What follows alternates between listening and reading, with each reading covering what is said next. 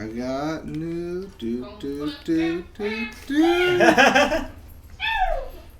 Bum bum bum bum bum bum bum bum bum bum bum bum bum bum bum bum. Okay, this one shouldn't be a long one. I don't think we have any reason for this to be a long one. This should. Mike. The only reason it's going to be long is because we're talking about Pokemon. Yeah, that won't take very long. It's Pokemon. I have some thoughts about that movie. Oh, I have some thoughts about that movie. I bet you do. The whole time I was thinking, like, man. In fact, yeah, you didn't take the bait of my text. Of what?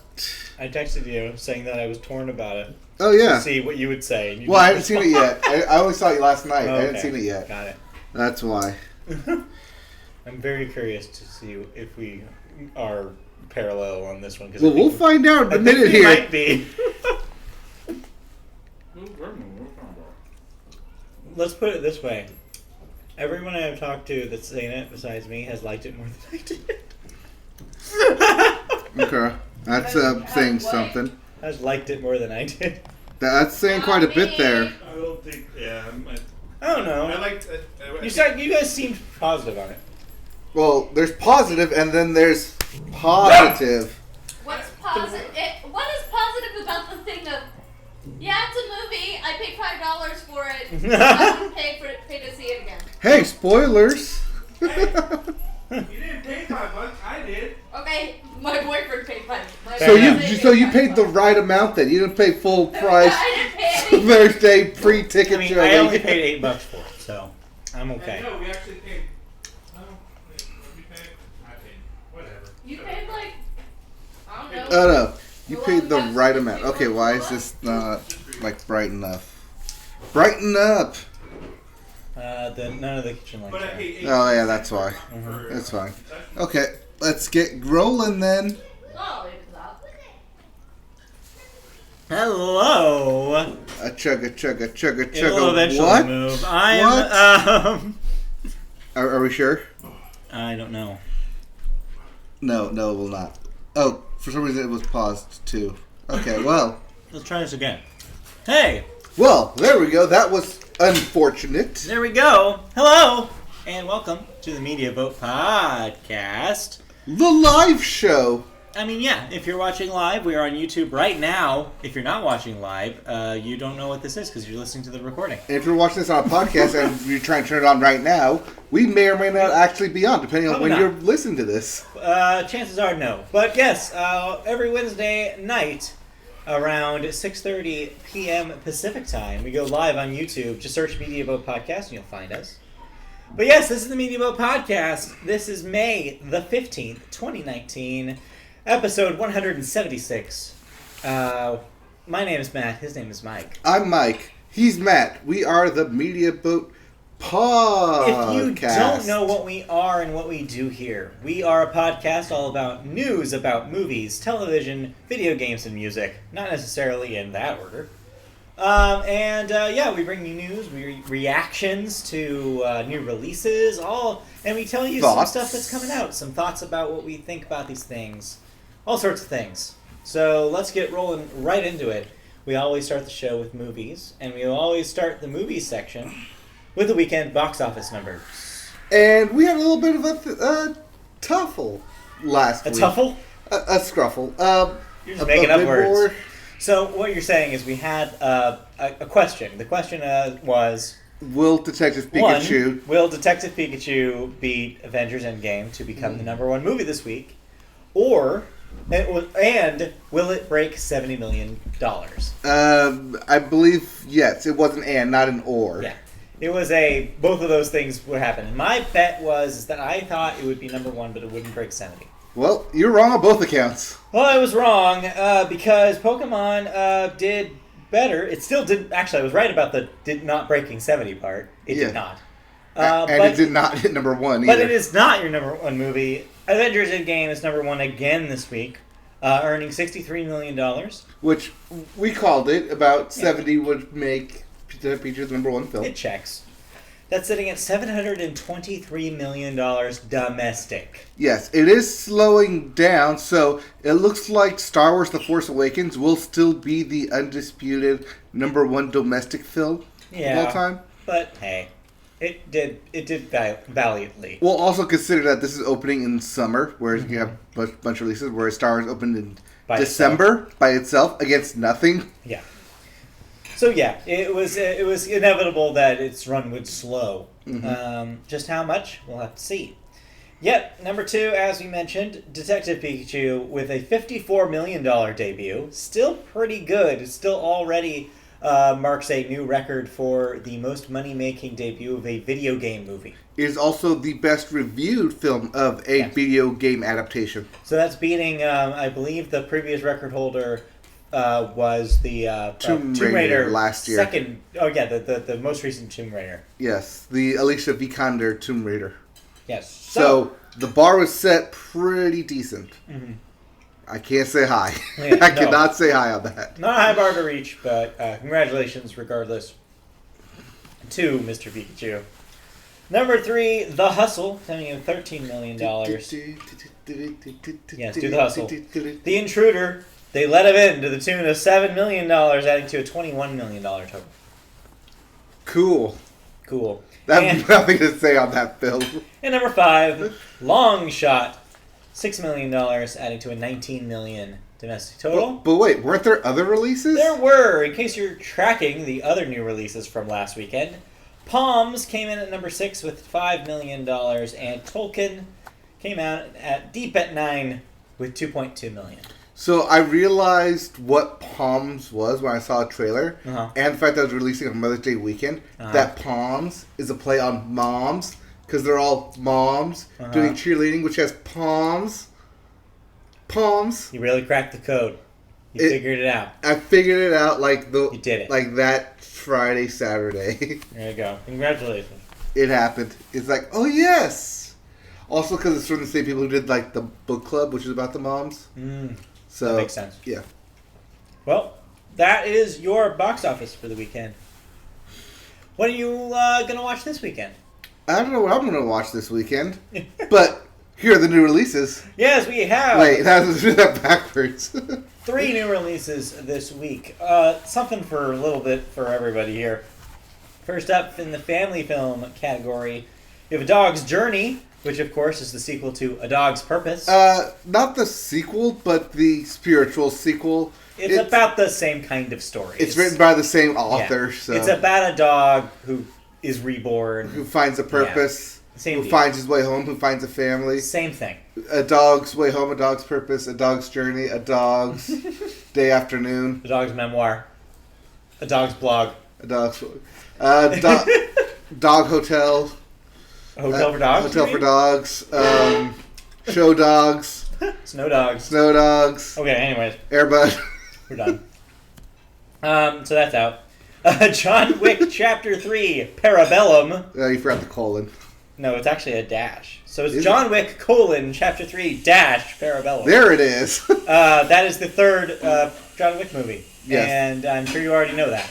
I'm sure it says by chapter 3. That's your number 1 movie next week. I shouldn't have to tell you that. Yes, that should be your number 1 movie. And also out this week, a novelization adaptation. The Sun is Also a Star. So, I haven't seen any trailers for this. I can have. actually go look it out. I did see a trailer Yeah. in front of Detective Pikachu. Same, yes. Same trailer. It's fine. It's Looks like it's an adaptation of a young adult novel. You know what you're getting. It is, but I have a problem with it. Okay. One, it's about a guy trying to make a girl fall in love within a day, or less than a day, or That half was a the day. premise, yes. That is exactly the premise. I have a problem with that premise. It's not good. Yes, it's very flimsy. I mean, It's it very probably geared works towards- better in a novel than it does in a movie. I would don't know, warrant to because it's guess. still a day, so I don't know. it's It just seems a real... like it's a beloved book. It was a New York Times bestseller, so I don't know. Yeah, but this so is was for, 50 Shades of Grey. This is for a specific audience. You know, people who like the book. will Yes. see I do not believe they have any faults in their stars, this.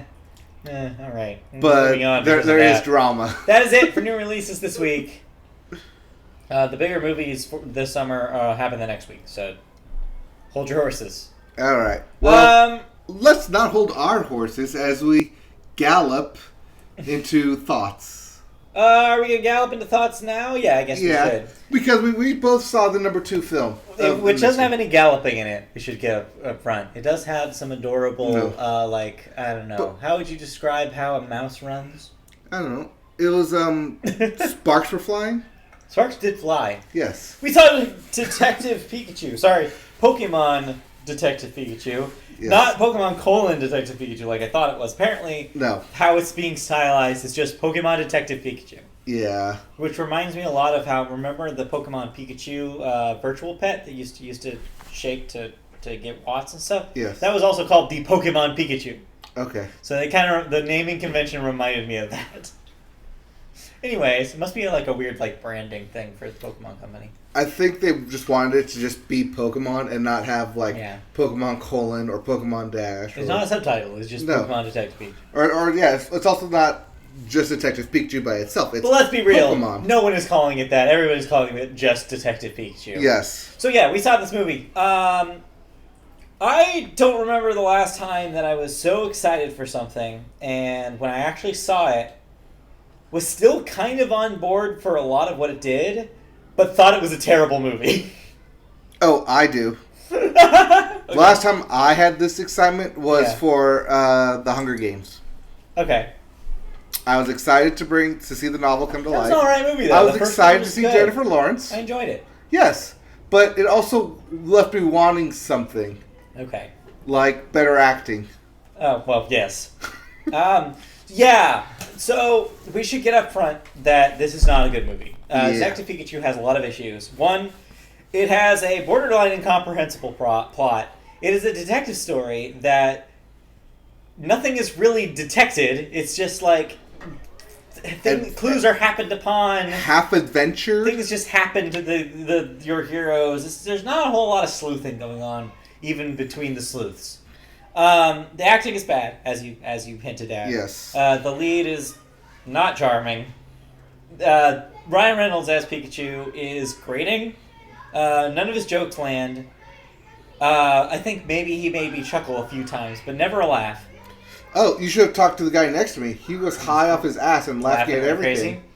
I can understand, like, maybe somebody under the influence might enjoy that Yes. performance a little better. Yes, he also showed up 20 minutes late and like, oh, it's Pikachu. Oh, it's Growlithe. Oh, it's It Squirtle. sure Oh, is. it's just, this was like a 25, 30-year-old grown man with his girl. I mean, I should say, This is directed at that kind of person. there are elements of what you just said that I can actually join in on, but that's a conversation for after we get Yes, the yes. negatives done. I Yes. wanted to talk about the negatives up front. Right, no, because I do not reverse want it. anybody to fall into the trap that I did, which was like, oh, maybe the movie will be okay.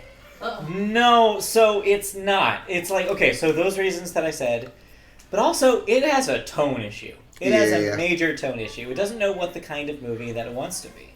Part of it seemed like they were going for like kind of like an 80s family movie vibe, like E.T., The Goonies, that kind of era of movie.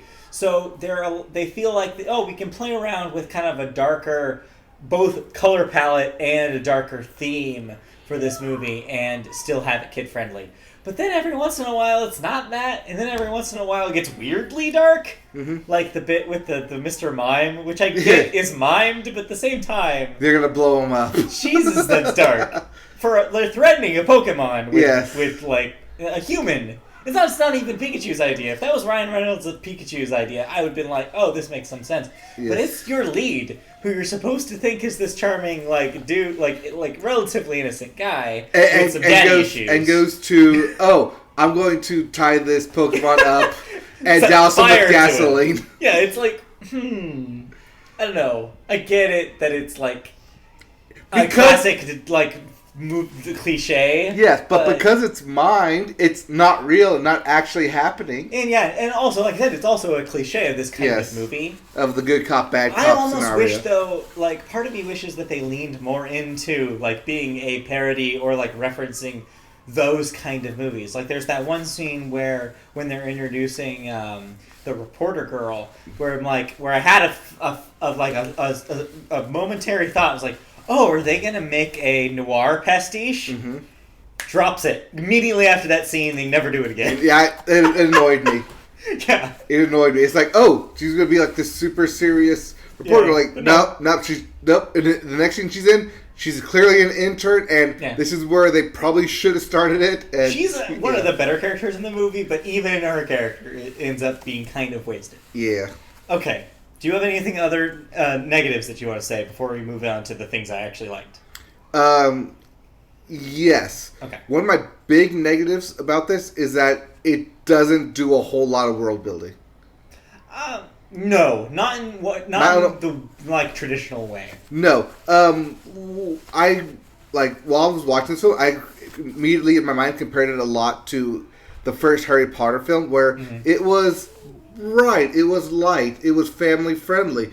But watching Harry Potter, I wanted more of that world. I wanted to be immersed in that world. There's a lot of stuff happening to the characters as well as happening in the world, like the moving staircase, the paintings, the forest. And something that those two things have in common, though, is that they're both providing, one, a template for future movies, but two, they also require a lot of previous knowledge to actually get the most out of them. Like, I feel like Harry Potter, the first Harry Potter movie, worked best if you had read the book.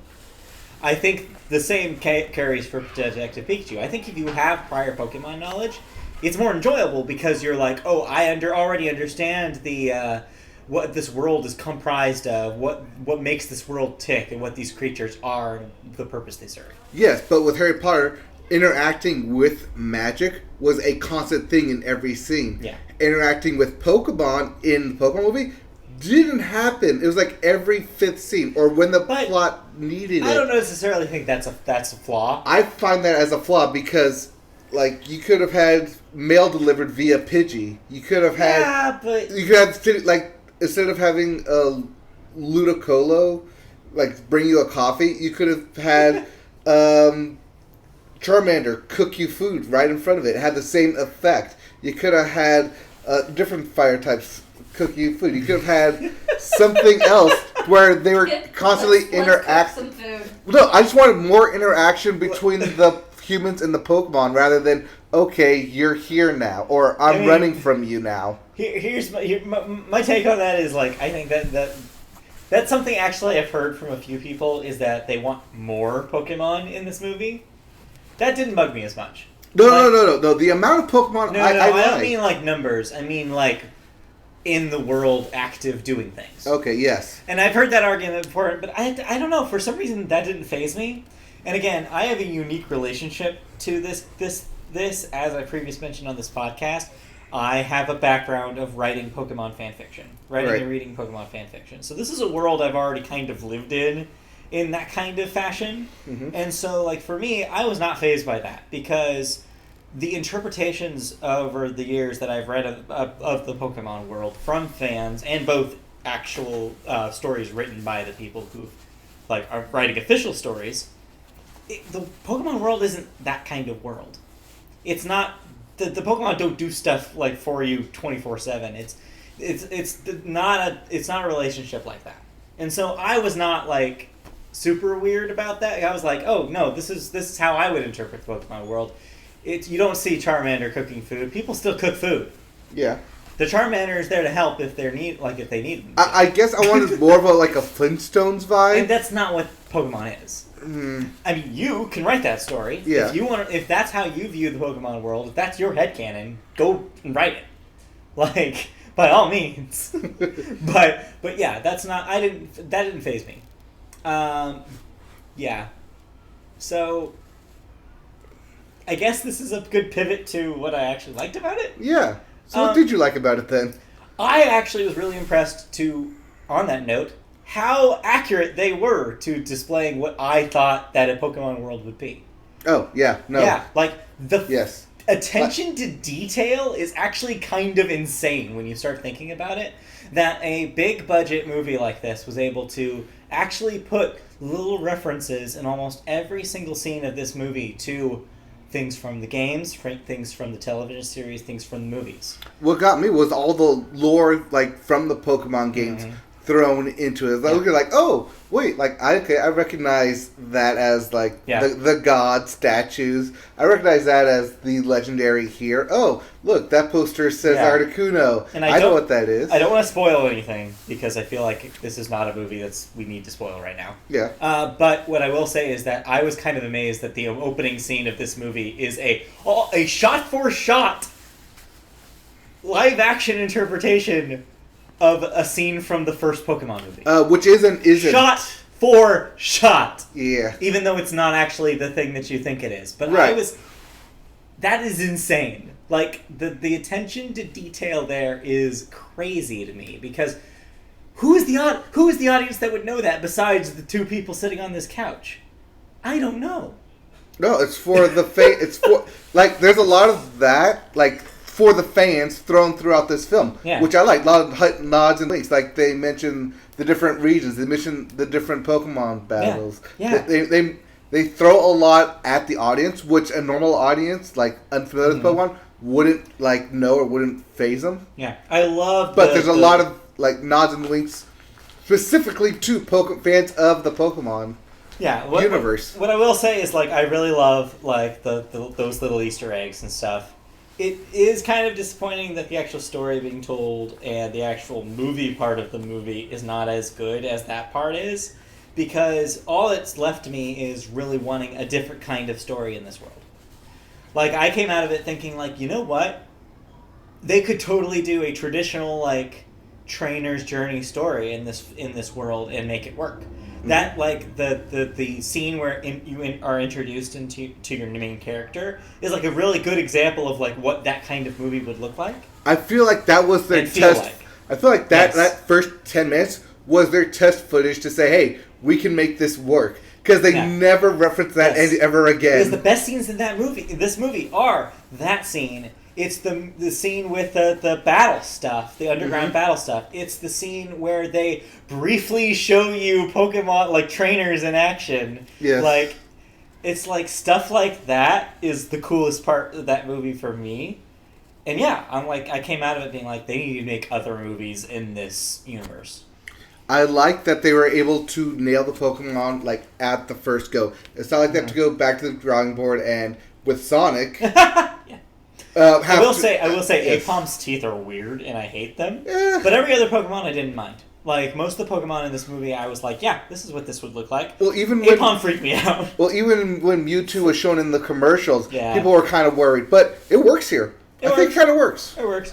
Oh, it doesn't work, though, is the stuff they do with them. But that's, again, we already went over that the plot sucks. Yeah, I hate that it's Deus Ex Mewtwo now. Oh, it is awful. And even the villain's, like, logic doesn't even make sense. Like, I don't want to spoil anything, so I won't go into it. But it makes zero sense. It definitely does. Also, this world has holograms. Because Can we bring that into this? Yeah, there was some X-Men vibes going on there for no good reason.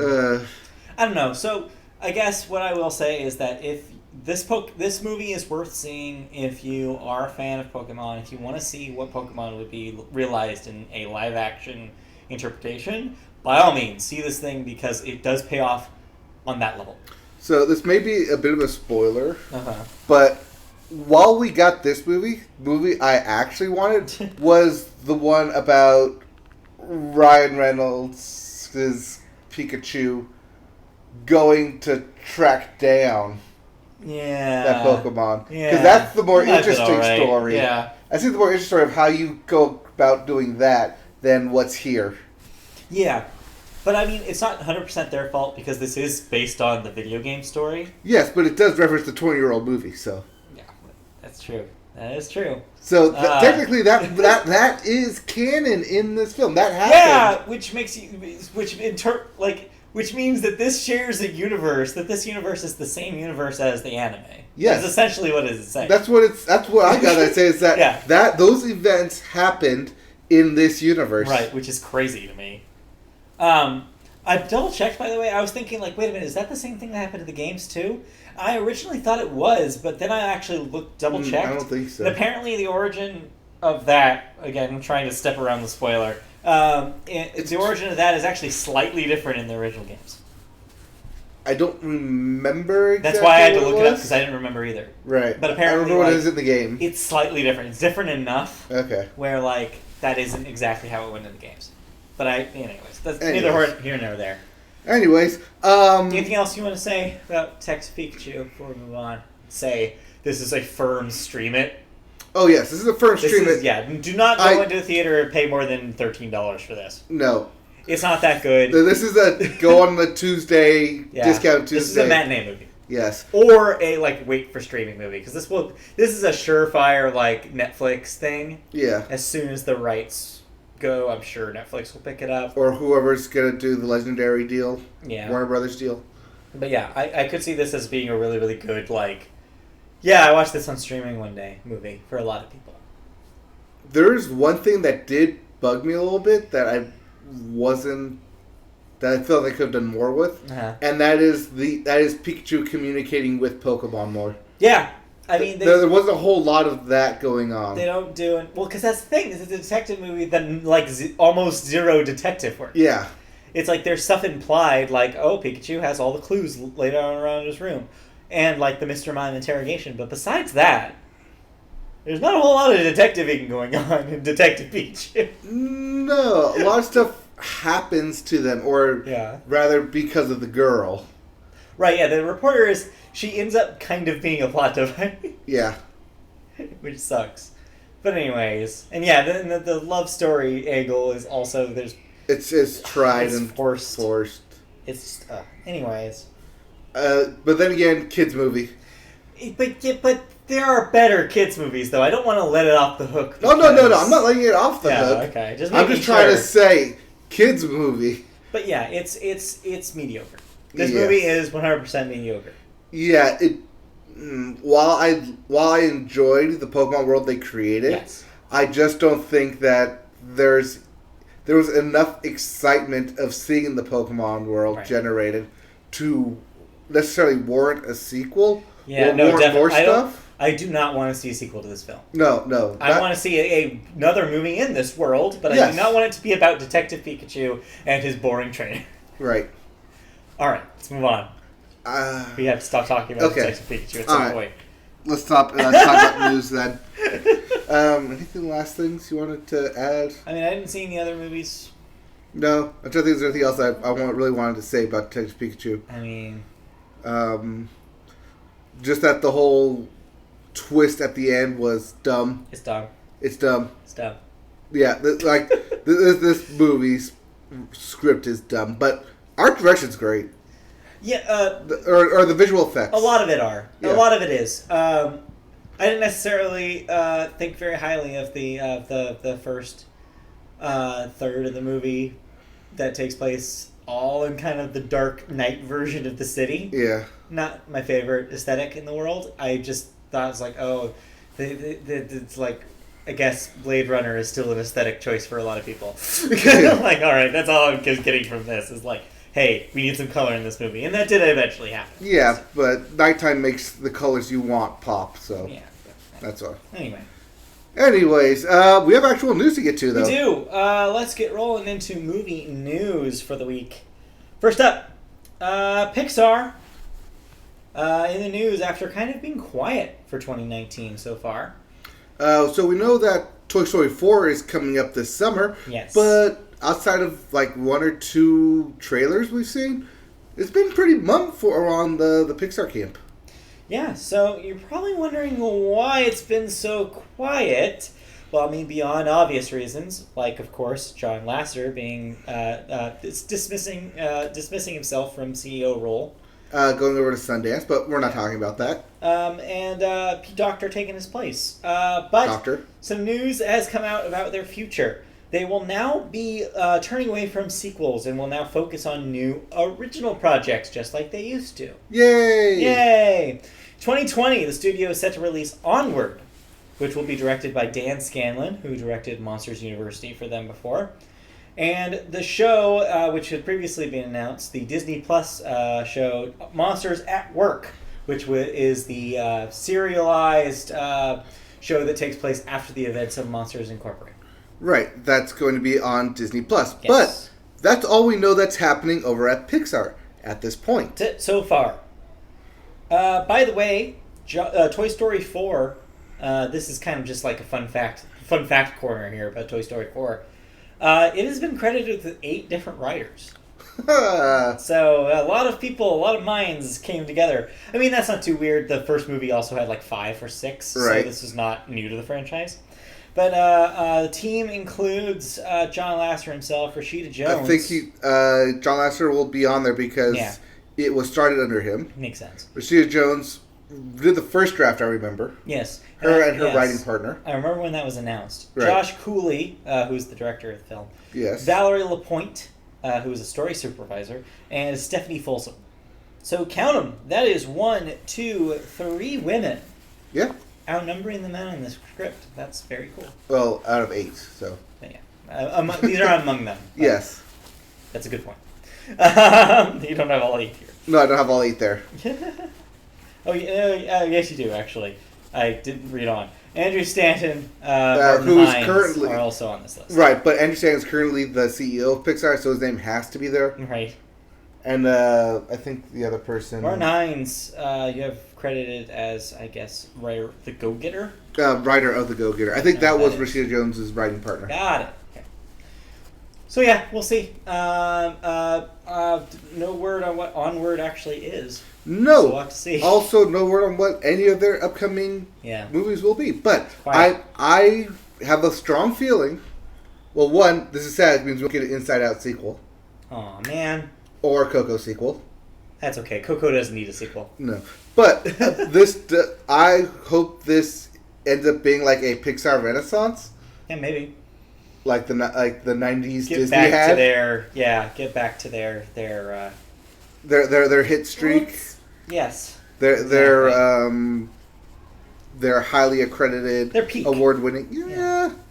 I mean, they probably peaked with the Best Picture noms, right? Yeah. With Up and Toy Story 3. Right. So yeah, it could happen again. All right, let's move on to another story about Disney. This time about Disney's stake in Hulu. So we weren't going to cover this, but then there's literally no other movie news. Well, there is, but we're going to cover it in TV instead. Yeah, we'll so be talking about that later. yeah. But yeah, Hulu, of course, was originally founded as this thing that all the media companies kind of had their hands in. Right. It was a joint effort. They were all had an equal stake in this online streaming platform. And the idea was that would allow all the content providers to put their content on it. So that's why you've got all the major networks represented. Right. So Disney's, rather Pixar's getting back to the roots. And yes, I don't think anyone could handle another Coco. No, yeah, my emotions can't take Yeah. it. But this week though, Comcast announced a deal. Comcast being one of the team supporting Hulu. That under which Disney will assume full operational control of Hulu, effective immediately. Essentially, they ceded their say. rival. Their say, yeah. So, as we noted, when Disney bought 21st Century Fox, they got their stake in Hulu, essentially becoming the majority at 66%. Then they decided to buy out the remaining 30%. Yeah. Ish. It's a lot. Yeah. Within 5 years, Comcast has agreed to sell its Hulu stake to Disney for at least $5.8 billion. That's billion with a B. Yes. Under the deal, Comcast NBC Universal will continue to license content to Hulu through 2024. However, as soon as next year, Universal will have the right to pull back programming previously licensed exclusively to Hulu, continuing to make it available on Hulu on a non-exclusive basis for a reduced licensing fee. And by 2022, NBC Universal will have the right to cancel most of its content licensing agreements with Hulu if they deem it necessary.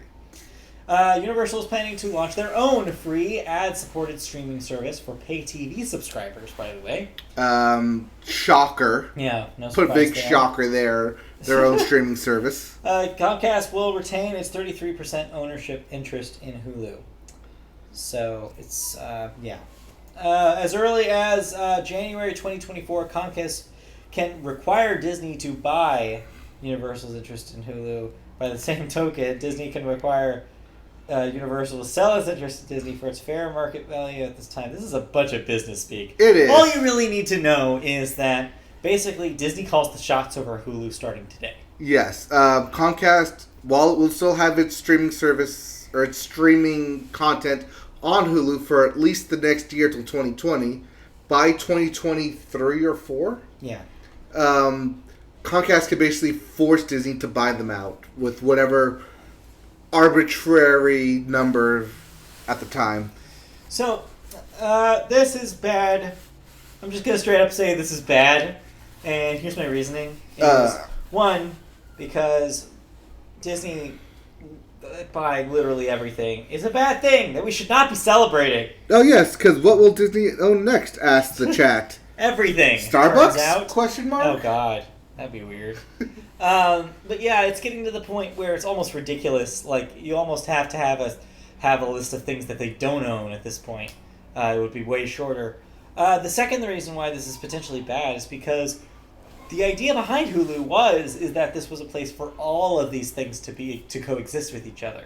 Well, that's what made Hulu so great. It was you could get your NBC, your ABC, and your Fox all at one place for one streaming price. The worry here is that with Disney calling the shots, we could see the non-Disney content here slowly erode, especially with more deals like this Comcast deal happening. Well, also all of the networks are going to do their own streaming service anyways. Right. Which will discourage them from posting anything on Hulu in the same manner that they have in the past.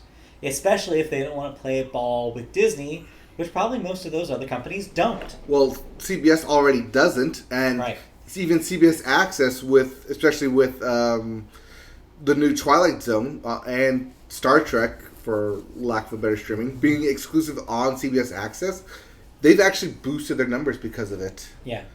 So it's just there's a future that Hulu no longer holds the pull that it does or did, I guess, probably doesn't even more at this point, for content providers to put their content on it. There will be no reason for people to care about putting their things on Hulu pretty soon. Well, there'd be no deals made for Hulu because it'd just be Disney and what was 20th Century Fox. Even with Disney, it's questionable because with Disney Plus, why would they want to put anything exclusively on Hulu? Right. There's no reason for them to do that too. So it just puts Hulu into this weird no man's land where it doesn't need to exist anymore. So does this become the death of Hulu? Is this like... This might be the seed of that, and I'm speaking as someone who pays $50 a month so I can watch live TV with Hulu. So, like, it affects me directly, potentially, the future of the service. This is when you switch over to YouTube TV. We'll see. Anyways, but yeah, this doesn't bode well for all sorts of reasons, but I guess we'll see what happens. Yeah, I can see networks pulling their live schedule, too. Yeah. Pulling everything. And, yeah, well, I mean, 5 years from now, it's going to be a different landscape. Clearly. Because we have Disney, CBS, ABC, well, not ABC, NBC with their own streaming, and Warner Brothers going to do their own thing as well. So, yeah. It's happening. It's happening. We've seen this taking shape for the past 2-3 years. All right, let's move on. Then that was our last story in movies, even though that was only tangentially related. We'll now move into television, even though we kind of already been talking about it. And, of course, we start television segment with sports. All right, sports is currently happening. We have the horse racing this weekend. The Preakness will be this weekend, and see if Maximum Security can not get a penalty this time. Yeah. But other sports is happening. Other sports is happening. So our major two updates are, of course, basketball and hockey, as they are in playoffs as we speak. Hockey, right now, we're in the semifinals. Is that correct? Technically, it's semifinals. They're the Western and Eastern Conference finals. Conference finals will determine who plays in the Stanley Cup. Yes. So right now, the San Jose Sharks and the St. Louis Blues. Yes. They're tied 1-1, currently playing the third game there. The Boston Bruins are playing the Carolina Hurricanes, and Boston is up 2-0, 3-0, I think, in that series. Okay. Carolina's about to get swept. Which, funny enough, they swept the team before them, the New York Islanders. Right. So we'll see how that works out. Sports is currently happening. Yes. It is, yes. Meanwhile, in basketball, we have some draft lottery news. Yes, the NBA draft lottery was last night. The New Orleans Pelicans won the lottery with the number 1 pick, followed by the Memphis Grizzlies, the New York Knicks, and the Lakers with the top picks. So yes, last time the Pelicans had the number 1 pick, they picked Anthony Davis, Mr. Unibrow himself. I just want to state right now on air that this is the first time I'm hearing that the New Orleans Pelicans and the Memphis Grizzlies exist. Really? I did not know those were teams. Okay. Now I do. I feel like I learned something today. I feel like there's too many basketball teams. There's like 32. Yeah, that's too many. There's like 32 NFL teams. You know all them. Well, sorry. Anyways, the current number 1 pick, or expected number 1 pick, is Zion Williamson. Zion. Right, the dude who was on shoe Duke. broke. On Duke, yes. The shoe broke dude. Yes, yeah, okay. yes. Isn't it Zionic, as most brackets were labeled? Good. That's good. The NBA draft itself is on June 20th, in case you're wondering. Yes, the Pelicans won the Zion lottery. Which, funny enough, Zion was actually there at the lottery as it was happening, and was immediately questioned after the Pelicans won. They talked to the, I think, general manager or whoever was there representing the Pelicans, and then they immediately talked to Zion Williamson and like, so it looks like we're going to the Pelicans since they have the number 1 pick. How do you feel about that? And he was like, totally deer in the headlights, was not excited about it. Like, yeah, they got the number 1 pick. I mean, we'll see what happens. I may not go to them, but that is it'd a be man a who is good not honor. excited to move to New Orleans. It's like, yeah, but it'd be a good honor. I've never been to New Orleans. I mean, if I'm the number 1 pick overall, yeah. That's literally what he said. It sounded like that. It's hilarious. Yeah. It's like the most disheveled man, well, I guess boy, man-child, realizing that he's going to have to go play for the New Orleans Pelicans. Is like, oh my gosh. I could have been any team. It would have been great if the Lakers won it, so that he could come and play. I think that's what he actually wanted. That's probably what he wanted. So he could go and play with LeBron as his center. But, yes, football is better than all we know. Quiet. I wouldn't be excited to go to the Pelicans either. Yes. The only time you should ever be excited to go to New Orleans is for Mardi Gras or, I don't know. I can't say the Rams, but... well, it's New Orleans. But yeah, those are the bad teams, but if you're wondering about the good teams... Oh, there's good teams. The conference finals are happening right now, and basketball as well. The Portland Trail Blazers are against the Golden State Warriors. Yes, it is the first time that a brother versus brother, the Currys, by the way, S. Curry versus S. Curry, are playing against each other. First-time brothers have played against each other in the conference finals and or championships. Also up against each other, the Milwaukee Bucks and the Toronto Raptors. Yeah, so somewhere Drake is very happy. Yes, Drake is super happy, especially since the Raptors won on literally the last second basketball three-point shot to beat the Philadelphia 76ers. Yeah, Drake's happy. Canada's happy. Alex Trebek is happy. Yeah. Yeah. There are several thing at TV. It's Teachers Week on Jeopardy, and every day there's been a category about Canada, and Alex Trebek is so like pissed when they don't get a Canada question right, or super happy when they do get it right. Yeah. Let's see here. Oh yes, wouldn't it be great if an LA team ever got the first pick in anything? #bitter. Hey, they could trade up. Could happen. They could trade for the number 1 pick. You know, give away half their team. I mean, give away their coach. or whoever it is. Yes, and lastly, in sports news, I saw this today. The GM of the speaking of football, the GM of the New Jersey Jets has been let go and replaced by the 2-month-old head coach. Not 2 months old. I was gonna say a baby. No, but 2 months ago, Adam Gase became the head coach of the New York Jets from Miami, and now he's also, in conjunction, the general manager of the New York Jets. Wow. So that's something. Yes, more referencing the Kings getting snuffed. But that's all for sports. Guys, we have actual TV news to get to. We do. Well, unfortunately, our first story is a mega downer. If you've been paying attention to the news at all this week in the United States, then you will know that, unfortunately, the state of Georgia has just passed the most draconian anti-abortion bill ever passed in the history of the Union. Not to be confused with the bill that's being passed in Alabama. Yeah. That's something completely different. Those are both bad, turns out.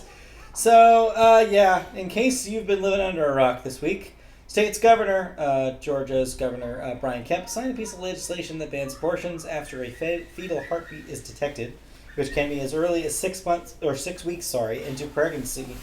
As a result, that this has, first of all, I should say this is awful, and I thought that there was precedent about this that keeps these things from happening. But hey, who knows? In the wild world of 2019, what we believe anymore. It turns out there is precedent for this, as there was a bill struck down in North Dakota about this exact same issue.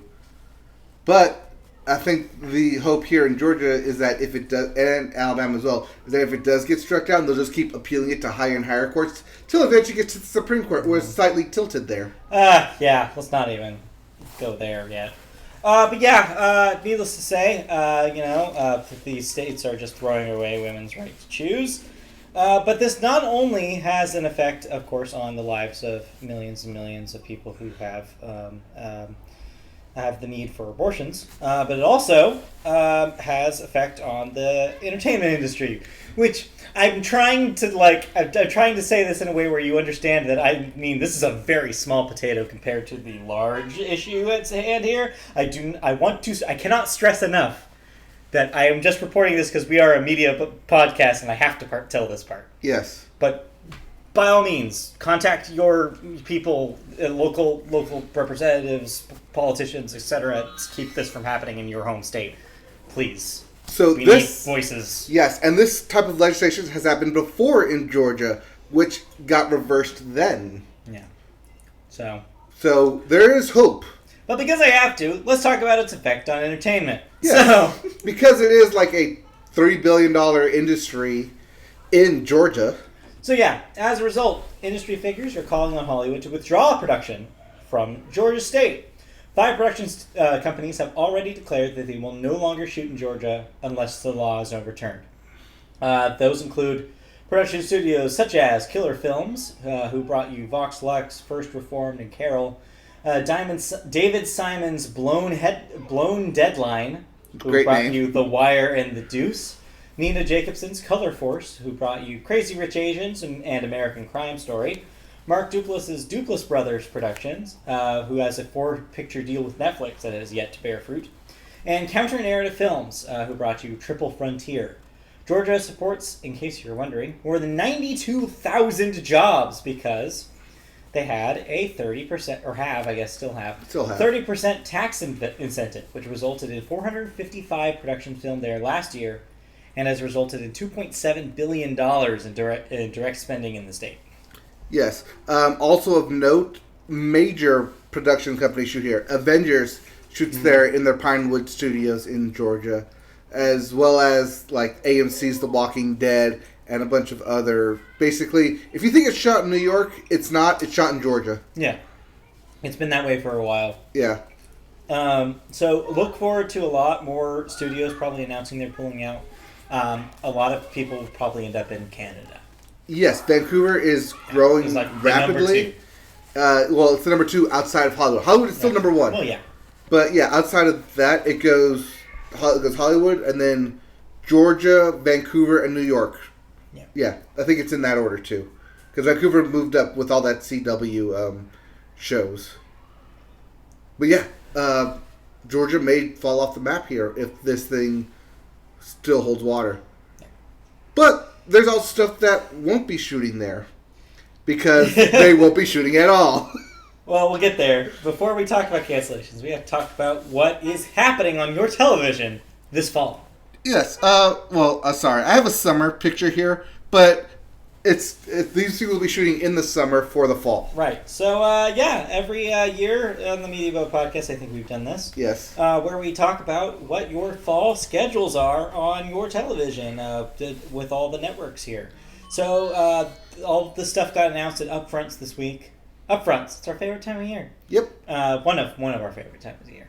CBS announced that their slate will include Bull, Hawaii Five-0, MacGyver, Madam Secretary, SEAL Team, SWAT, Man with a Plan. So those are your confirmed shows. Yes. Those are all shows that were on the bubble but are confirmed to be coming back. I want to note that those are all dramas except for one.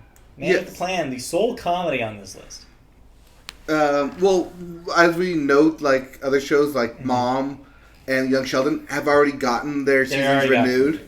But these are just shows that were on the bubble that may or may not have returned. ABC showing up with yet another, I believe, the last season of Grey's Anatomy. I believe. But they've said that for the last 5 years. I want to say it's either the last one or I said they renewed it for 2 more. That thing will not die. No. Ironically enough, for a medical show. How to Get Away with Murder will return. Yes. As will Station 19, The Bachelor, Dancing with the Stars, The Rookie, American Housewife, Bless This Mess, getting a second season. I after saw its that debut. and I was like, no. Fresh Off the Boat, Single Parents, The Goldbergs, Schooled, American Idol, Jimmy Kimmel Live, and 6 unannounced new scripted shows. Yay! New shows. So I watched a little bit more of Bless This Mess. Uh-huh. Still terrible. Yeah, so That's just, I don't know, maybe it's just not for me, but there's just so much no in that show. yeah. Meanwhile, on NBC, they're bringing back The Voice, Blind Spot, America's Got Talent, World of Dance, Little Big Shots, This Is Us, 8 new unannounced scripted shows, Manifest, and Will and Grace. So Manifest was on the bubble, but it will actually start later in the season in order for it to be uninterrupted and not have that standard, or I guess new standard of winter break. Uh-huh. So it'll start Manifest after the winter into 2020, and then just run straight through its remaining episodes. Right. And then Fox has brought back from the dead, or not from the dead, the Orville and Empire. Although, I want to note that as of today, this will be the last season of Empire. Yes. The one they've confirmed for next year will be it. It will end after that. Correct. And it will not feature Jesse Smollett for obvious reasons. And they also confirmed that there will be 10 new unannounced scripted shows. Yes. And there's big reason for that, as they took the axe to a lot of shows. Yeah, that's a perfect segue into cancellations and renewals. Mostly cancellations this week, because that's what happens at Upfronts. Yes, I believe around the time. I think I put a lot, or the majority of the renewals just now. Uh-huh. So these are like all the cancellations. Most of these are cancellations. These are your dead shows now. Up, ABC's sorry, ABC's For the People canceled after 2 seasons. Oh, So, yeah. so long. I liked that show. I mean, I could see why, because one, it showed at 10 o'clock. That's the death slot. Yeah. It showed up at 10 o'clock, and then it just wasn't really clicking. They tried to bring in some new people, and then they weren't clicking together, and they kind of get away from the lawyers battling each other every week, as normally, to just single case. Also canceled on ABC, The Fix after 1 season, Splitting Up Together after 2 seasons, which I didn't even realize that was a show, and The Kids Are All Right after 1 season. Splitting Up Together was the Jenna Fisher one. Oh, right. Show. Comedy. Also, a comedy. Yeah. Yeah. Also, Speechless, canceled after 3 seasons. And Whiskey Cavalier, canceled after 1 season. Wait, Whiskey Cavalier? Whiskey Cavalier. You mean that show that they advertised so much so that was a critical darling that they said everyone Yep. loved, that said, oh my god, if you're not watching this, you're missing out? Canceled after 1 season. Meanwhile, on Fox, they also canceled a bunch of stuff. The Cool Kids canceled after 1 season. Should have seen that coming. The Passage canceled after 1 season. I called that after the first episode. Lethal Weapon canceled after 3 seasons. We saw that coming because they tried to do new characters, Yeah. but yeah. And No. Star canceled after 4 seasons. Yep, Star was on the bubble, but officially got the axe. Oh, and Proven Innocent canceled after 1 season. Yeah, that's enough. I meant to watch Proven Innocent because I thought it was a good premise, but Eh. I never got around to watching it. CBS finally canceled Life in Pieces, so they're back to having no single camera sitcoms again. Yep, that's the last one. I Feel Bad on NBC, also canceled after 1 season. Yep. However, what's coming back? FX is bringing back What We Do in the Shadows for a 2nd season next year. Yeah. I watched a couple more good. episodes. It's good. I liked it. It's good. Yeah. It's good. Showtime's bringing back Billions for a 5th season. Freeform bringing back The Bold Type for a 4th season. Unbreakable Kimmy Schmidt. This is not so much a renewal, but it is an announcement of sorts. Netflix is going to do an interactive special for the show sometime in 2020. I think they're gonna label it as a new season, but it's an interactive special. Because that show has been canceled. Yeah. Let's be real. Then Stars canceled Power after 6 seasons. Sorry, 50 Cent. That got 6 seasons? 6 seasons of Power. Wow. At Home with Amy Sedaris will return for a 3rd season on True TV, but TBS has axed Angie Tribeca after 4 seasons. We figured this was happening. They kind of wrapped up a lot of what they were doing. Yeah. Still funny if you like. It's a silly show. It's a silly show. It's a ridiculous show. They take everything too literal. So if you like literal comedy and a lot of prop comedy, watch the full series of Angie Tribeca on TBS. Indeed. Rashida Jones is in it, so that should get you to watch it immediately. So that's it for cancellations and renewals, which brings us to deaths. Quite a lot of deaths. Rough week. Yes. Rough week. First up, Peggy Lipton, age 72, actress, starred in things like Twin Peaks and Dog's Purpose. Also, Rashida Jones' mom. Speaking of Rashida Jones. Also, Pua Magasiva, who at age 38 was an actor in Power Rangers Ninja Storm. Yes, he was the Red Ranger and one of the few non-white Red Rangers. Oh, okay. Also, Alvin Sargent, age 92, was a screenwriter who worked on Spider-Man 2, Julia, and The Amazing Spider-Man, just to name a few. Isaac Cappy, age 42, actor who was in had roles in Thor, Terminator Salvation, and Breaking Bad. That's young, 42. That was announced today, suicide. And lastly, the big one from today, Tim Conway, age 85. Famous actor, of course, for The Carol Burnett Show, but also for, over the years, guest voices and roles, including guest spots in Coach, 30 Rock, and, of course, SpongeBob's Mermaid Man. No. Oh, sorry, Barnacle Boy. You're right. Barnacle Man. Right. In the last version of that, they gave him the title of Barnacle Man. Yeah. Which means both Barnacle Boy and Mermaid Man have passed. Yeah. It's rough. But was Tim Conway? Tim Conway. Okay. So, yeah. All right. That's it for deaths. So that means I hand this over to you, and we pivot into music. All right, and we always start music with the Billboard, and we always start Billboard with the Hot 100. What are the hottest 100 singles in the land? Except only tell me 5 of them. Well, there are 100 hot singles, but In your area. in your area, act now. But the 5 hottest ones. They're the five hottest singles. Well, if you couldn't get enough of it, you can still get more of it. Old Town Road by Lil Nas There it X. is again. Still your number 1 song. Number 2 is If I Can't Have You. I have no idea who this is by. Say the name. 3. There's no name. What? It says If I Can't Have You. Oh, I forgot the name. That's why I paused. I know, some dude. Alright, If I Can't Have You. I don't want nobody, baby. If I can't have you. I know that's not that song. So that's all.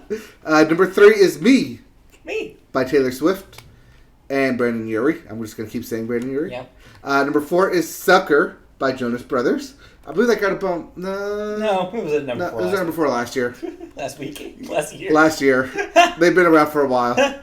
And number 5, Homicide, Logic featuring Eminem. That song I listened to and then said, I don't know what this is because it's rap. Well, there it is. Well, here it is. People listen to it. Made it to number 5. As for your Billboard 200, your albums chart, and you called it. I totally called it. You totally called this. The number 1 song of the week. Album. Number 1 album of the week is Father of the Bride by Vampire Weekend. This marks, by the way, the 3rd number 1 debut in a row for Vampire Weekend. Their 2nd album, Contra, hit number 1 when it debuted in 2010. And their 3rd album, Modern Vampires of the City, also did so in 2013. So this is the 3rd time that they've had a number 1 record the first weekend of release. You could say they have the hits. You could say that. I won't, but you could say that. Number 2, When We Fall Asleep, Where Do We Go by Billie Eilish. I heard this on the radio and I tried to get someone I was in the car with to listen to it. Yeah. And they were like, yeah, I hate this. No. It's very divisive. That's all. That's something I've noticed. Number 3 is Free Spirit by Khalid. 4, Trap Star turned Porn Star by P. I think it's supposed to say pop star. That's what I said. Trap Star turned Pop Star. Okay. What did I say? Porn star. Oh, that too. Trap Star turned Pop Star by P&B Rock. Which I didn't know who this... Again, with the top 5 this week with an artist I didn't know existed. I don't know what that I is. didn't know what that was. And rounding out your top 5, because it will not go away, Thank You, Comma Next by Ariana Grande. Yeah, popping back into the top 5 this week. Like I said, just won't go away. Yeah. Well, hey, at least you called it. What do we got here? Yeah, at least you called Vampire Weekend being number 1. Yep. So now we go on to new releases. What are the new releases? Well, I don't know what you're listening to, but here are your new releases. All right. We have Alex Leahy with The Best of Luck Club. I will be listening to this. No, you won't. Well, among other things, 'Cause including the next thing. You'll be listening to Carly Rae Jepsen's new album, Dedicated. Yes. And that'll be the only thing you'll... Yes, Friday is Carly Day. Friday is Carly Day? Friday is Carly Day. Okay. I have declared. All right, Friday's Carly Day for new Carly Rae Jepsen. I should be getting my record in the mail soon. All right. We also have Dionne Warwick? Really? Yes. She's back. Well, also the album's called She's Back, but Dionne Warwick's back. There you go. With the album She's Back. Interpol. Yes, that Interpol. With A Fine Mess. I want to note this is an EP. Okay. Lil' Kim. Yes, that Lil' Kim. Yep. With 9. That's the name of the album, just 9. Rammstein, or Rammstein, however you want to say it. Yeah. Yes, that the band. Du Hast people. Yes, yes, the Du Hast people. Have a new album out. To be announced. Yeah, so according to Metacritic's upcoming releases, this does not have a name yet. It just said title TBA, so I'm like, all right. Okay, so they may or may not actually drop an album this week. So we'll see. They are scheduled to, apparently, but But we'll see what happens. we'll see. I mean, press releases for it? I don't know. Rammstein's weird. They're German. Yeah, I don't know. They're German. Who knows? Yeah, they'll run their own schedule. Up next, or also releasing this week, The Head and the Heart. Both of One and the same. With Living Mirage. them. Uh-huh. We have The National with I Am Easy to Find. And also Tyler, the creator, with Igor. That's all caps, Igor. Is Igor? it Igor or is it Igor? Yeah, it depends. I think it's Igor. Might be Igor. I don't know. Maybe. I'm going to go with Igor, because it's Igor. I. And lastly, Zombie. No. Yes? No. Zombie. Zombie. Yeah, it's Zombie. Zombie? It's Zomby. Just for everybody at home. Yeah, so Zombie. With Vanta. Don't you wanna? Yes. Don't you wanna, Vanta? I want to find that. Alright. Well, those are your new releases. So let's Releases. talk about music news. It was a slow-ass music news week, so bear with these stories because they are boring as shit. It must be slow because we're talking about the Billboard yet again. As Kind of. as we've reported for the past 4 or 5 weeks now, Yes. Lil Nas X and his Old Town Road song has been at the number 1 of the top billboards. Well, hasn't been signed or not signed, unsigned. His agents, he's moved agencies to a bigger agency. Yes. Well, Atlanta rapper Lil Nas X has signed with CAA. Yes, that's CAA, the biggest agency there is. Right. The news coincides with the hip-hop / country hybrid smash, Old Town Road, as we've previously reported on, topping the Billboard chart for the 5th consecutive week.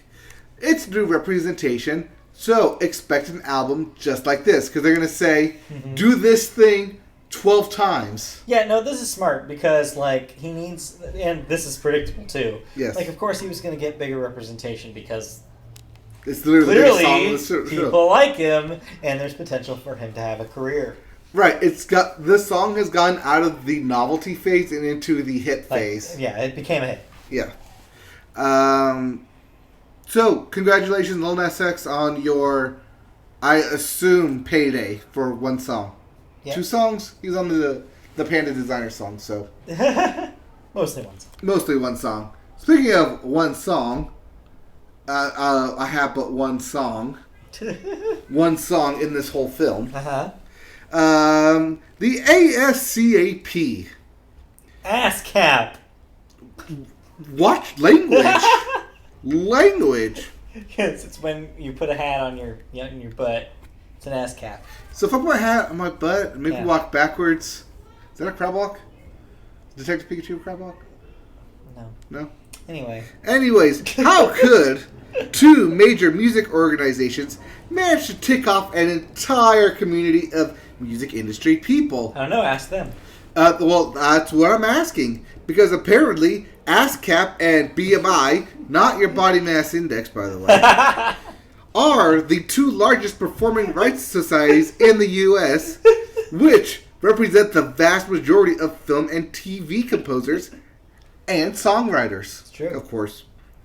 Well, both of them, ASCAP and BMI, will both hold their annual Film Music Awards dinner this Wednesday. And it's leaving the many would-be attendees who have made a tough choice between the 2 humming an unhappy tune. Why is that sentence like that? I didn't write it. Okay. Well, ASCAP will hold its annual shindig at the Beverly Hilton, and BMI will hold its party at the Regent Beverly Wilshire on the same day. Yeah, this news affects literally nobody, but, like, I just couldn't find anything else. It's fine. Longtime observers say that this is the first time the 2 big black tie affairs have coincided on the same day. This clearly affects people nominated for both of them. So, you cannot literally attend both. Unless... No, that wouldn't work. Where you use the Infinity Gauntlet to go back in time and be at both places at the same I time. think you might be overthinking this. No, all you have to do is just get in your time machine and drive 88 miles an hour. Alright. Let's move on. Okay. That's it for music news. Did you listen to any music? I did listen to something. I listened to Rodney Atkins, Caught Up in the Country. Were you caught up all in that country? I was. So I mainly listened to this album because of the song that was on the radio, Caught Up in the Country. Uh-huh. I like that song a lot. More than I care to admit. Potentially top 5 singles when we get to the end of the year list. Mm-hmm. It's that good. It's that catchy. I like it a lot. So, that one song got me to listen to this whole album. And I actually like the album. It's actually a pretty good album. Great. It has a really good blend of country rock, country pop, and country love songs. Okay. The first half is country rock, country pop, and the second half is a lot of country love songs, but they all meld well together. There's definitely a formula going on here, as most songs do, but it's enough. There's enough difference between each song to where like, oh yeah, I like this song. It's different, but I like it. I've listened to the album like front to back like 3 times now. It's definitely a goal-winning album here. But I would like to note that let's see if I can pull it up real quick because I was listening to it. The feature artist on this is what was her name? Rose Falcon, which is by the way a great name for an artist. Great name. Rose Falcon is featured on 2 of these it's featured on 2 of these songs, but you can definitely hear her voice in more of them in the background as the harmonics. But yeah, the songs you should definitely listen to on this are "Caught Up in the Country," is based off the title of the album. "Figure Out You," which is a great love song. I can definitely see this being a wedding song for most people. And "Thank God for You," which is also in that like pop, country pop-esque. But there's a lot of good songs on here, especially "All My Friends Are Drunk." It's a great name for a song. That's a good name. Yeah, it's a good name for a song. It's also a pretty good song about closing down a bar. But it's overall, this is a pretty good album. If you like country pop, give this album a good listen to. You'll definitely find something. If not, at least we'll have "Caught Up in the Country." Will definitely be a radio hit if it's not already. Right. I think it is a radio hit. Yeah. They've been playing a lot on it, but yeah, I'm hoping that the "Figure Out You" will make it big because that is a lovely song. Cool. All right. All right. Cool. Real quick, I'll just mention real quickly. I listened to the new Charlie Bliss record that came out last week. It is now my new favorite record of the year. Whoa! Hold the phone. It's Ring-a-ding-ding. real good. But that Charlie Bliss. Yes, it's real good. They doubled down on everything that was great about the first record from a couple of years ago, and refined it with a little bit of a poppier sheen. Okay.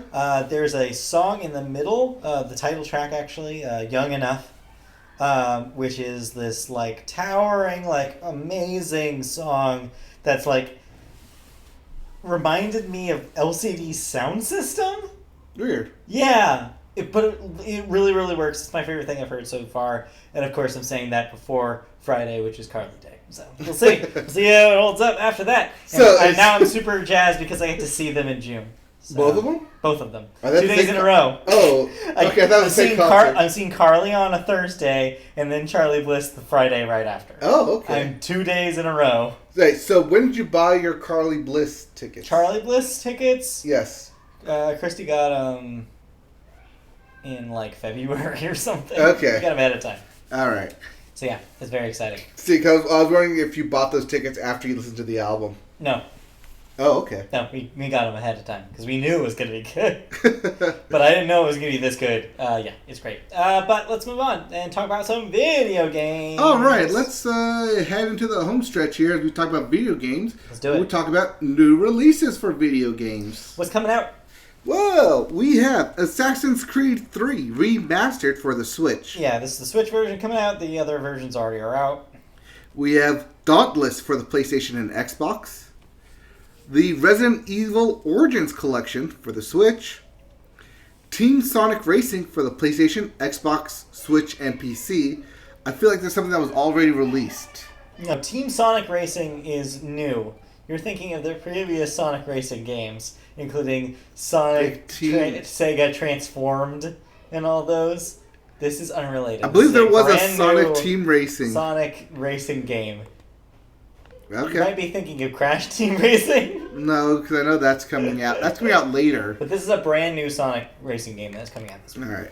We also have Total War: Three Kingdoms for the PC. I love when there's a total war in my colon. Well, and lastly, we have Atelier Lulula: Colon. the Scion of Ireland. What was any of that? The Scion of Ireland. Okay. They have a Scion, like a Scion, like XD. No, like a Scion 2-wheel drive. Oh, okay. For the PlayStation, Switch, and PC. Okay. All right, moving on to video game news. Move on. We have Mario. Mario happened. A Nintendo Direct happened. A Nintendo Direct happened. Well, Nintendo revealed a ton of new details about its upcoming side-scrolling platform level builder. That is a mouthful. Yeah, it is. Super Mario Maker 2. 2. The sequel to the hit classic Super Mario Maker. Does this make it a franchise now? Yes. Okay. Yes, it does. Well, this was done during a special Nintendo Direct on Wednesday. Last Wednesday. This Wednesday?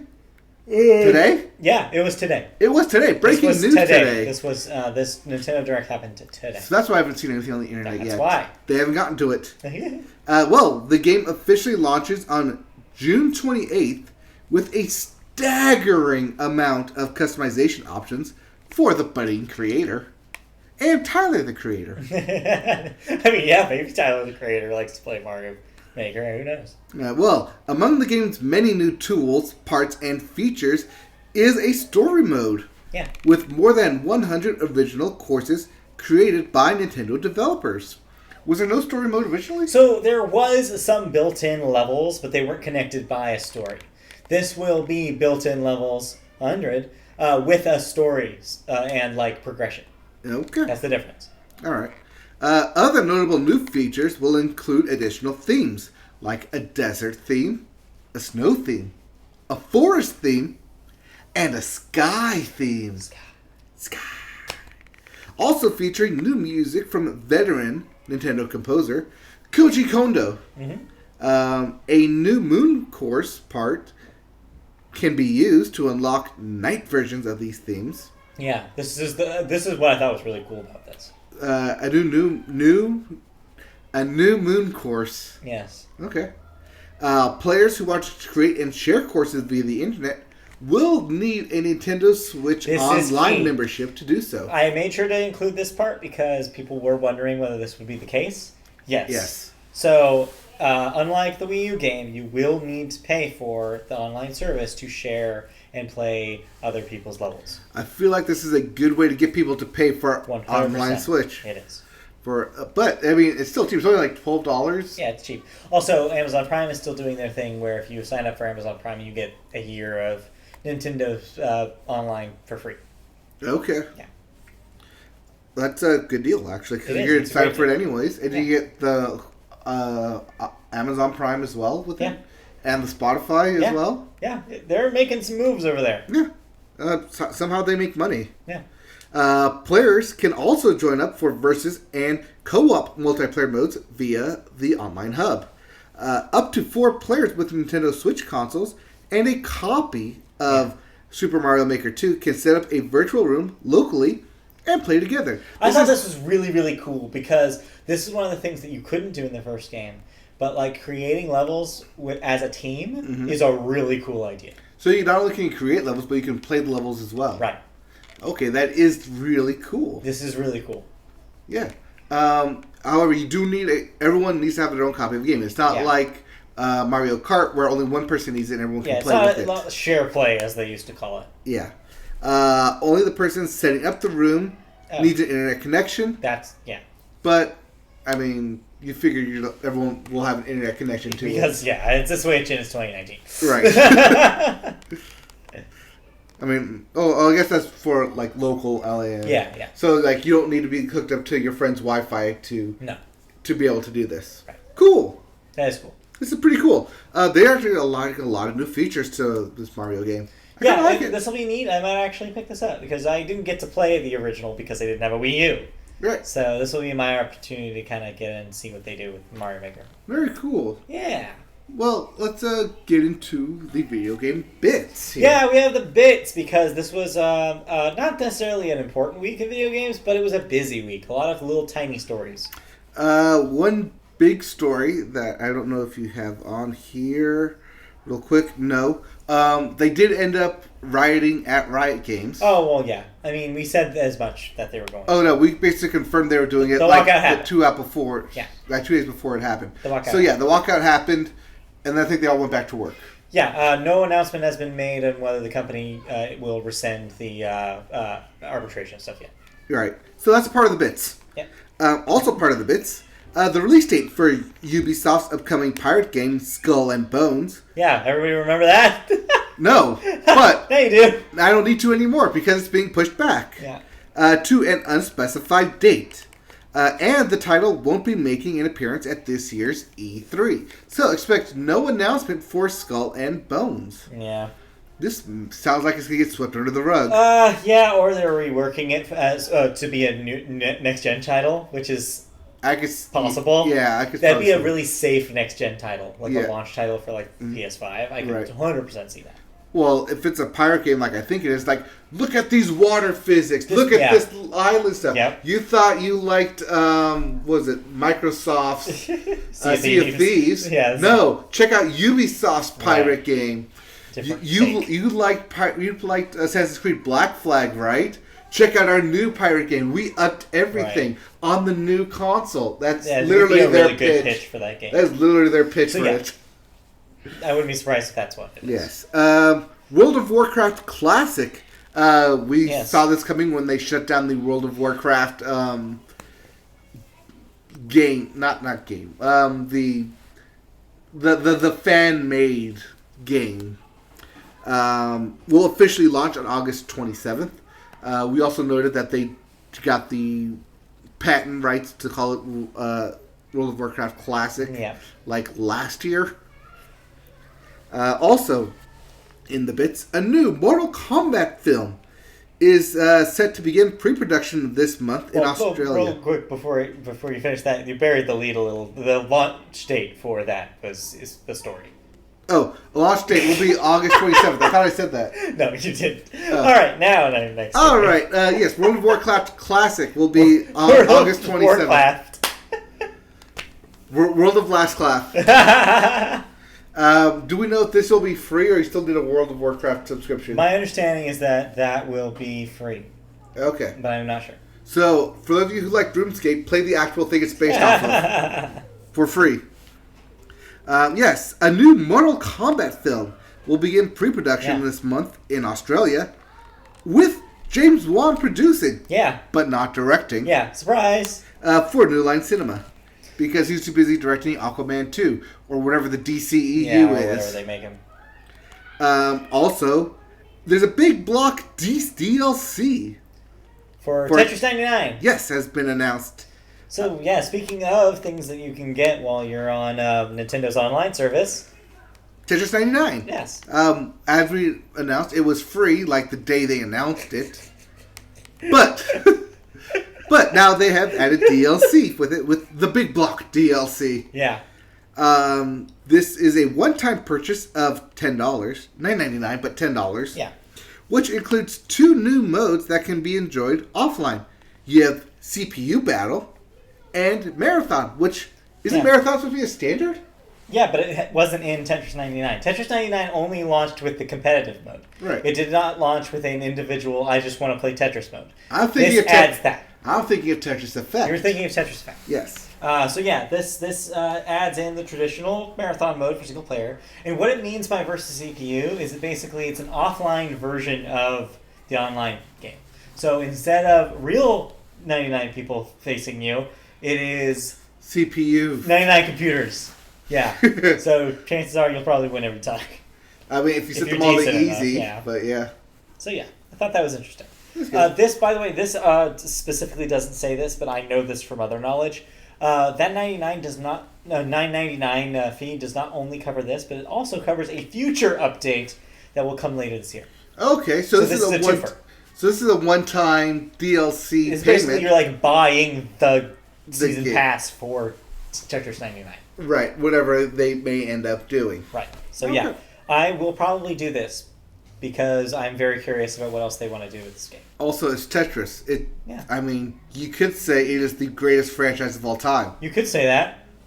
I'm going to say that, but you could also say that. I can also say that. Yes. All right. All right, and lastly, in the bits, which Yep. I thought was going to be your big news, but I guess it's just a bits. No. Sony decided to have its own version of a Treehouse, the State of Play. Yeah, this was another state of play. Not a whole lot happened here, which is why the only thing anybody's talking about is the thing that I listed here. Yes, Sony finally, you forgot the word finally here, finally gave fans a new glimpse into Final Fantasy VII Remake during its PlayStation State of Play livestream on last Thursday. It's a new trailer. Yes, a new trailer is out. It still only shows like the first maybe hour of that game. It did show a little bit of what looked like gameplay, though. It looks like there will be some sort of control over the characters in combat. Yes. Which is, of course, different from the original Final Fantasy VII. Right, we did note, like in the official screenshots of the game when they talked about it, that it was going to be more like a Final Fantasy 15 Kingdom Hearts style of combat, not And this turn-based. seems to make it look like closer to 15. Yes. During the State of Play, they also showed or gave everybody an update on Medieval Yeah. and the Crash Nitro Kart. Two kind of known properties that, Yeah, that we haven't heard for a while, but we knew they were coming. This is just their update for it. Anything else in the bits? That was it. That's all I found. Okay. Have you been playing anything? No, I have not been playing any video games. Okay. I have been playing a video game. Still Kingdom Hearts Critical Mode? No. No? No. I, being bugged by my roommate, decided to, after playing dominoes, pick up Everybody's Golf, because we're talking about Hot Shots Golf. Oh, yeah, which is the same thing. Yes, I had to convince them that it was the same thing. Oh, yeah, because it they is. didn't believe me. It's technically been called Everybody's Golf since the inception of the series in Japan. Yes, I had to explain that to them. I think we went over this when it was actually launched I think 2 so. years ago I in think you're 2017. right. Yeah. We talked about this as it was basically Hot Shots Golf, but they just called it Everybody's Golf because it was universal release at the time. Right. Well, I finally picked it up because it was $20, and I am regretting the purchase. Oh, no. No, I'm not regretting that I purchased it. I'm regretting that I didn't buy it when it came out. Yeah. Because Those games are it's a good game. Those It's games exactly are really what good. I wanted in a golf game. Okay. And I'm like, yeah, I'm playing this game. I'm like, this is exactly what I wanted. I should have gotten this when it came out. This should have been in my library. I should have raved about it when it came out in 2017. I don't know if they will do a sequel to this game.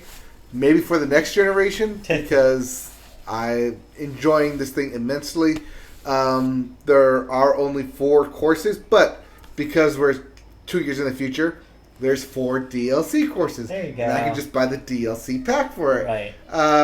But I am having a lot of fun with this game. If you want a golf game that's both cartoony and easy to play, easy to pick up, Everybody's Golf is your game. Don't go searching for anything else. It is definitely your game. Even 2 years out, it's still a fun, enjoyable game. The mechanics are very easy to play. It's pick up and go. Like, we literally downloaded and immediately played a 4-player session. And we didn't have 4 controllers, but that's the cool thing is that you can just pass the controller. Yeah. And we had 2 different controllers and set the 2 different ones to different people and just pass and play. That was my one big thing about buying it. Is like, well, if I buy it, are we sure we can play offline? And 2, we only have 2 controllers. I don't want to just have 1 and just keep passing it around if we can do 2. Yeah. No, it did everything I wanted it to do, which is great. That's great. Yeah, I'm happy with this purchase. And not just because it was $20. So, yeah, that's great news for 2 years ago. Yes, great news 2 years ago. All right, well, cool. I didn't Yeah. play anything else, so that means I think it's time to wrap up. Oh, shit. Last thing in the bits. Sorry, Yeah. language. I saw this, Fine. but you can now play online poker in Red Dead Redemption. Oh man. Yes, with actual other people. I don't think you could do that before. I saw that big update, Yeah, that is new. but that is new. That is new. Yes, for those of you who like poker, hopefully you can play dominoes as well online against other people. I think that wraps us up. That wraps it up. All right. All right. That's it for video games, and that means that's it for the Media Boat podcast. What happened to my hair? Holy. I don't know. All right, plug away. If you want to see Mike's hair and the rest of us live, you can see us on Wednesday nights, as I mentioned at the top of the show, at 6:30 p.m. Pacific time. We're on YouTube. Just search YouTube for Media Boat Podcast, and you'll find our channel. Like and subscribe, and click that bell for notifications when we go live. Ding ding. Ring-a-ding. You can also hear us in podcast form. Just search Media Boat Podcast on your podcatcher of choice or Apple Podcasts. You can also find us on social media. We're on Twitter at MediaBoatCast. We're on Facebook. Just search Media Boat Podcast. You'll find our page. Please comment and like. You can find us on Patreon, where you can donate money to us. As little as $1 a month can help us make content that's even better than this. Go to patreon.com/MediaBoat to do so there. You can also find us playing video games every once in a while on twitch.tv/MediaBoat. Yes, I have some everybody's golf on there. Going through the story mode, trying to unlock all the courses. Yeah. I just unlocked the second course, so yes. So there you go.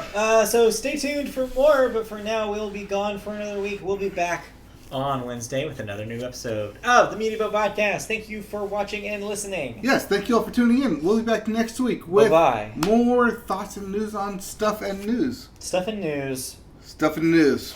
News and stuff. We're stuffing it. We're stuffing the news. Stuff in the news on our own podcast here. Okay, thank you all See for ya. listening. Bye-bye. Alright, gotta fix that audio. But YouTube after show. YouTube after show. We are good. We are all caught up. Like we said, if you've made it this far, you can tune in live Wednesdays, 6:30 Pacific time. Figure that out on your own. Or look at the dates right here. I think if they're right here. I'm going to put them up. Dates. Something. Okay, bye.